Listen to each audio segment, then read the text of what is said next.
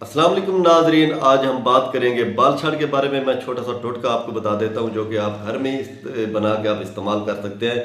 जो लोग बाल झड़ने की वजह से बहुत ज़्यादा परेशान हैं वो लोग क्या करें, पहले नंबर पे तो बचपन से अगर आप ये बच्चों को ये चीज़ें खिलाना शुरू कर दें तो कभी ये नौबत नहीं आएगी, कभी आपके बालों के मसाइल नहीं आएंगे।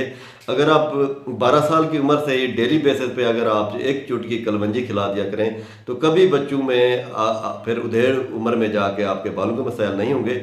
और जिनके मसाइल हो चुके हैं उनके लिए ख़ास किस्म का टोटका है दोस्तों।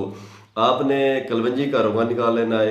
इस तरह आपने रोगन बैदा मुर्ग निकाल लेना है। कलवंजी का रोगन का निकालने का तरीका यह है कि छोटी सी 1 चम्मच कलवंजी ले लें और रोगन ज़ैतून में उसे जलाएं। इस तरह जलाएं कि सारा रोगन जल जाए। एंड पे जब जो 3-4 कतरे बच जाएंगे वो रोगन एक कलवंजी आए।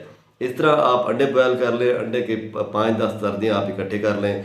उसको आप तवे के ऊपर भूनने के बाद आग नीचे जलाते हैं। जब पूरा अंडा जल जाए, थोड़ा सा कतरे ड्राप वो रह जाए, वो रोगन पैदा मुर्ग होता है।